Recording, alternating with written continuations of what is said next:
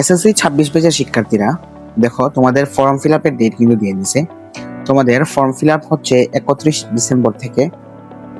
তো তোমরা যারা জানো না সেটা জেনে নাও।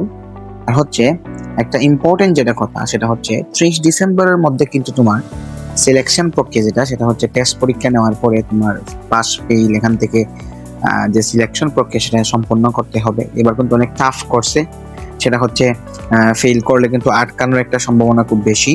তো তোমাদের কার পরীক্ষা কেমন হইলো সেটা একটু কষ্ট করে জানাও।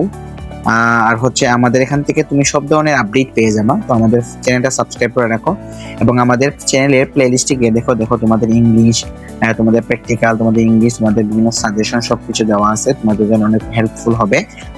আর হচ্ছে 31 ডিসেম্বর থেকে তোমাদের ফর্ম ফিল আপ শুরু হয়ে যাবে। আমরা দোয়া করি যাতে তোমরা সবাই পরীক্ষায় বসতে পারো, কাউকে যাতে না আটকায়। ঠিক আছে, আমরা একটা অথেন্টিক পেজ থেকেও দেখতে পারি, যেমন প্রথম আলো। এই যে প্রথম আলোর একটা নিউজ দেখি আমরা, দেখো SSC exam form fill up begins on 31 December. ঠিক আছে, এখন এখানে যে একটা কথা দেখো, এই যে এই প্যারাটা দেখো, before that students intending to appear in the examination must submit their result of the test examination by 3 December. Very very important. 30 December আগে কিন্তু তোমার রেজাল্ট, সিলেকশন প্রক্রিয়া, তারপরে হচ্ছে তোমার যে রেজাল্ট, এগুলা কিন্তু ঠিকঠাক করে এগুলো সাবমিট করতে হবে, সব ঠিকঠাক থাকা লাগবে। বুঝা গেছে?